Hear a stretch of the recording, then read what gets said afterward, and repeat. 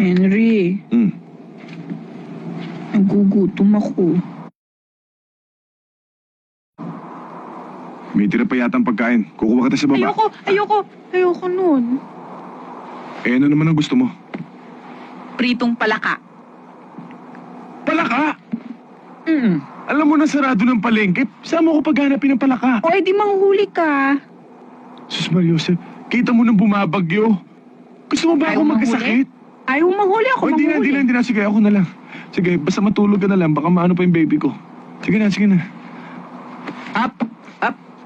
Puro lalaki ah. Naku. Paano ko malalaman kung babae yun o lalaki? Problema mo na yon. Anak ng tete mo. Paano kung bakla?